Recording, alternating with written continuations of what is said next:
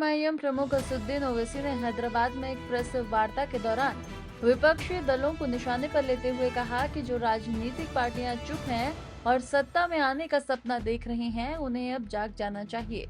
ओवैसी ने तीखे लहजे में कहा कि मरने के बाद रोना बेकार है।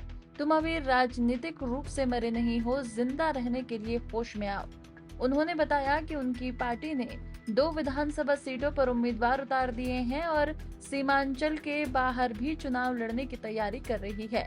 महागठबंधन में शामिल होने के सवाल पर उन्होंने कहा कि बिहार प्रदेश अध्यक्ष अख्तरुल इमान लगातार प्रयास कर रहे हैं कि भाजपा एनडीए को सत्ता से दूर रखा जाए। ओवैसी ने ये भी बताया कि उन्होंने पहले भी विपक्षी सांसदों से बात की थी, लेकिन निर्णय लेना अब उन दलों पर निर्भर करता है। एआईएमआईएम पूरी ताकत से चुनाव लड़ेगी। जो दीगर पार्टियां हैं, जो हैवी स्टेक होल्डर्स हैं, हम नहीं है अभी स्टेक होल्डर। आप कैसे कह हम नहीं, क्या मतलब है भी? हम स्टेक होल्डर हैं, बराबर हैं, बिल्कुल है। नहीं, हमारा तो नहीं, वो छोड़ दी। देखिए, एक बात सुनिए, जो पॉलिटिकल पार्टी इस पर खामोशी अख्तियार की हुई है, जो सत्ता में आना चाह रहे हैं, तुमने कितने हजार वोट से सत्ता को खो दिया? ये अलग बात है कि तुमने बेईमानी करके हमारे 4 बेईमानों को खरीद लिया, अलग बात है। मगर ये होश के नाखून लो, इस पर जागो। देखिए, मौत के बाद रोना बेकार है। अभी तुम मरे नहीं हो सियासी तौर पर, देख लो, जिंदा रहने के लिए होश में आ जाओ। तो आप आरजेडी की तरफ इशारा कर अरे रहे हैं, हम देखिए, कि आपके साथ आए इस मुहिम में। अक्लमंद को इशारा काफी है। हम देखिए, हम स्टेक होल्डर हैं, हमारे पेट में दर्द है तो हमको अजवान खाना है, इसलिए हम अजवान खा रहे हैं। ईसीआई को हमने अपना रिप्रेजेंटेशन भिजाया है।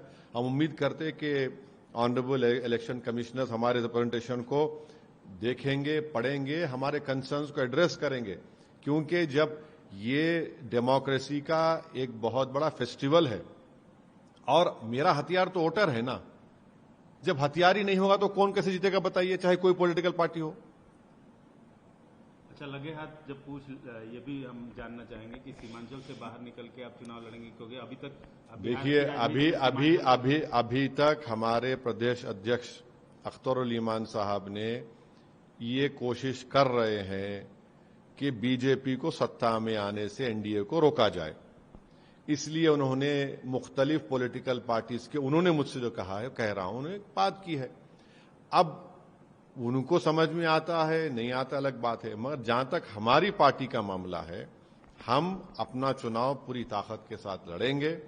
हमने 2 विधानसभा पर बहादुरगंज में और ढाका में अपने कैंडिडेट का नाम अनाउंस कर चुके हैं और हमको सीमांचल में भी लड़ेंगे, सीमांचल के बाहर भी लड़ने का पूरा प्रोग्राम और प्लान है और इस पे सख्ती से अब के बार अच्छी तरीके से कैंपेन करेंगे। एनडीए को रोकने के लिए आप महागठबंधन से हाथ मिलाएंगे? अख्तरुल ईमान साहब ये कोशिश कर रहे हैं, जो हमारे बिहार के अध्यक्ष हैं। लोग जानते नहीं हैं कि 5 साल पहले भी मैंने कोशिश की थी, इनके 2 बड़े बड़े सांसद को जाकर उस पुरानी पार्लियामेंट की बिल्डिंग के सेंट्रल हॉल में मैंने उनसे जाकर कहा था।